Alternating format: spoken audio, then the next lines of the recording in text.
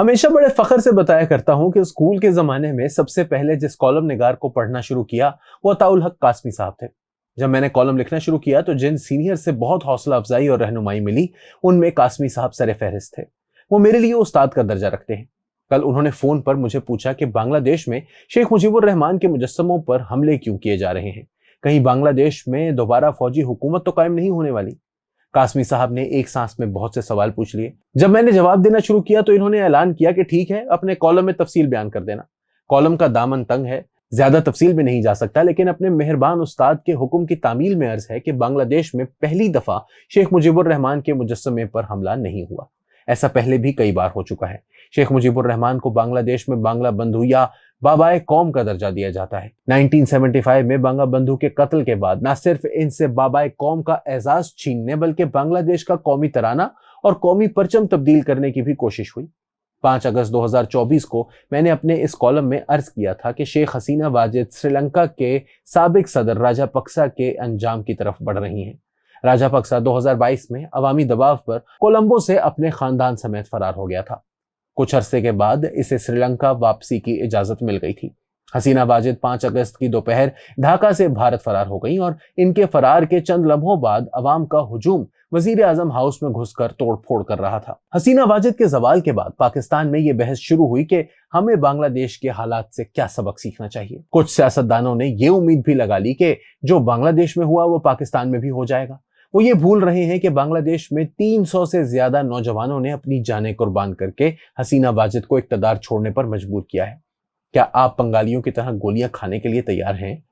بنگلہ دیش کے حالات سے سبق ضرور سیکھیں، لیکن پاکستان اور بنگلہ دیش میں فرق کو مت بھولیں۔ تحریک پاکستان ڈھاکہ سے شروع ہوئی تھی، لاہور یا کراچی سے شروع نہیں ہوئی تھی۔ بنگالیوں نے آل انڈیا مسلم لیگ کو بنگال میں 1937 میں حکومت دلوا دی تھی، جبکہ قرارداد پاکستان اس کے 3 سال بعد یعنی 23 مارچ 1940 کو منظور ہوئی۔ شیخ مجیب الرحمان تحریک پاکستان میں بہت سرگرم تھے۔ بنگالیوں کی کانگریس سے لڑائی کا آغاز بندے ماترم کو قومی ترانہ بنانے پر ہوا تھا۔ جب مسلم لیگ نے بندے ماترم کو قومی ترانہ بنانے کی کھل کر مخالفت کی تو بنگال میں کانگریس کو پیچھے چھوڑ گئی۔ معاملہ یہاں تک پہنچ گیا کہ 6 جولائی 1938 کو کلکتہ میں میونسپل کارپوریشن کے اجلاس میں بیگم سکینہ فروخ سلطان نے قرارداد پیش کی کہ اسکول ٹیچرز کی ٹریننگ میں ہندی کے ساتھ اردو کو بھی لازمی مضمون قرار دیا جائے، جس پر ہنگامہ ہو گیا۔ بندے ماترم پر بنگالی مسلمان اتنے ناراض تھے کہ مولانا ابوالکلام آزاد کو اکتوبر 1938 میں کلکتہ کے مسلمانوں نے نماز عید کی امامت سے ہٹا دیا اور مولانا آزاد سبحانی کی امامت میں نماز عید ادا کی۔ یہ وہ زمانہ تھا جب تحریک پاکستان کا اصل مرکز بنگال تھا اور 1946 میں لیاقت علی خان اور مولانا شبیر احمد عثمانی جیسے غیر بنگالیوں کو پاکستان کے نام پر بنگال سے مرکزی اسمبلی کا رکن بنوایا گیا۔ پاکستان بننے کے بعد بنگالیوں کے ساتھ کیا ہوا اور انہوں نے ایک دوسرے کے ساتھ کیا کچھ کیا، یہ ایک لمبی کہانی ہے۔ 1958 یعنی 1958 میں مشرقی پاکستان اسمبلی کے ڈپٹی اسپیکر شاہد علی خان ایوان کے اندر تشدد سے زخمی ہو کر چل بسے۔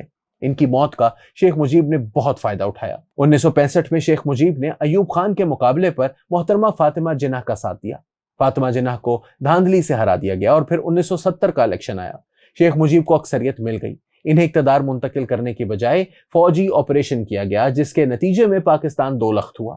یہ وہ زمانہ ہے جب ایسٹ بنگال ریجیمنٹ کے میجر ضیاء الرحمان نے اپنے commanding officer colonel Rashid Janjua کو گولی مار دی اور چٹاگانگ ریڈیو پر قبضہ کر کے 27 مارچ 1971 کو بنگلہ دیش کی آزادی کا اعلان کر دیا۔ میجر ضیاء الرحمان نے 2 اعلانات کیے۔ پہلا اعلان اپنی طرف سے کیا، عوامی لیگ والوں نے اعتراض کیا تو دوسرا اعلان شیخ مجیب کے نام سے کیا گیا، جو پاکستانی فوج کی حراست میں تھے۔ یہ میجر ضیاء اور شیخ مجیب میں غلط فہمیوں کا آغاز تھا۔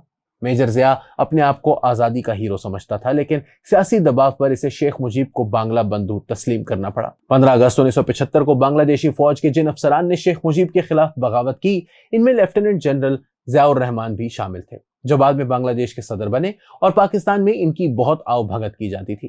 جنرل ضیاء الرحمان PMA کاکول کے تربیت یافتہ تھے۔ پاکستانی فوج میں ان کے بہت تعلقات تھے، لہٰذا انہوں نے اپنے commanding officer colonel Rashid Janjua کے ساتھ جو کیا اسے بھلا دیا گیا، لیکن جنرل KM عارف اس درندگی کو نہ بھولے۔ وہ اپنی کتاب خاکی سائے میں لکھتے ہیں کہ جب ضیاء الرحمان بنگلہ دیش کے صدر کی حیثیت سے پاکستان آیا تو میں نے بطور ڈیپٹی آرمی چیف اس کے اعزاز میں دیے گئے عشائیے میں شرکت سے معذرت کر لی، کیونکہ میں کرنل جنجوعہ کے قتل کو فراموش نہیں کر سکا تھا۔ ضیاء الرحمان نے عوامی لیگ کا مقابلہ کرنے کے لیے جماعت اسلامی سے اتحاد کیا۔ انہوں نے بنگلہ دیش کے آئین میں بہت سی تبدیلیاں کی، یہاں تک کہ بنگلہ دیش کا قومی ترانہ بدلنے کی کوشش کی جو رابندر ناتھ ٹیگور کا لکھا ہوا ہے۔ وہ قومی ترانہ اور قومی پرچم بدلنے کے منصوبے بنا رہے تھے کہ انہیں چٹاگونگ میں اپنی فوج کے کچھ افسروں نے 1981 میں قتل کر دیا۔ یہ وہی جگہ تھی جہاں 1971 میں انہوں نے کرنل رشید جنجوعہ کو قتل کیا تھا۔ 1975 سے 1995 تک بنگلہ دیش میں عوامی لیگ زیر اعتاب تھی۔ شیخ مجیب کو بنگلہ بندھو کی سرکاری حیثیت نہیں ملتی تھی۔ 1996 میں حسینہ واجد وزیر اعظم بنی تو انہوں نے اپنے والد کی حیثیت کو بحال کرنے کی کوشش کی۔ حسینہ واجد اور خالدہ ضیاء کا سیاسی اختلاف دراصل خاندانی دشمنی بن گیا تھا اور نفرت کی سیاست نے بنگلہ دیش میں بہت قتل و غارت کی تھی۔ حسینہ واجد نے اپنے دور اقتدار میں نہ صرف ہزاروں سیاسی مخالفین کو جیلوں میں ڈالا بلکہ محفوظ انعام اور مطیع الرحمان جیسے نامور صحافیوں پر بغاوت کے مقدمے بنائے، حالانکہ یہ دونوں 1971 میں شیخ مجیب کے ساتھی تھے۔ حسینہ واجد نے 7 جنوری 2024 کو بنگلہ دیش میں ایک فراڈ الیکشن کرایا جس کا تمام اہم اپوزیشن جماعتوں نے بوائیکاٹ کیا۔ اس الیکشن نے حسینہ واجد کے خلاف وہ نفرت پیدا کی جس کا نتیجہ ایک عوامی تحریک کی صورت میں نکلا اور مشتعل نوجوانوں نے شیخ مجیب کے مجسمے توڑ دیے۔ بنگلہ دیشی فوج کے موجودہ سربراہ جنرل وقار حسینہ واجد کے رشتہ دار ہیں اور اپنے آپ کو غیر جانبدار ثابت کرنے میں لگے ہوئے ہیں۔ بنگلہ دیش کے بحران کا حل آزادانہ اور منصفانہ انتخابات ہیں۔ حسینہ واجد منظر سے ہٹ گئی ہیں لیکن ان کے مخالفین کی غلطیاں عوامی لیگ میں دوبارہ جان ڈال سکتی ہیں۔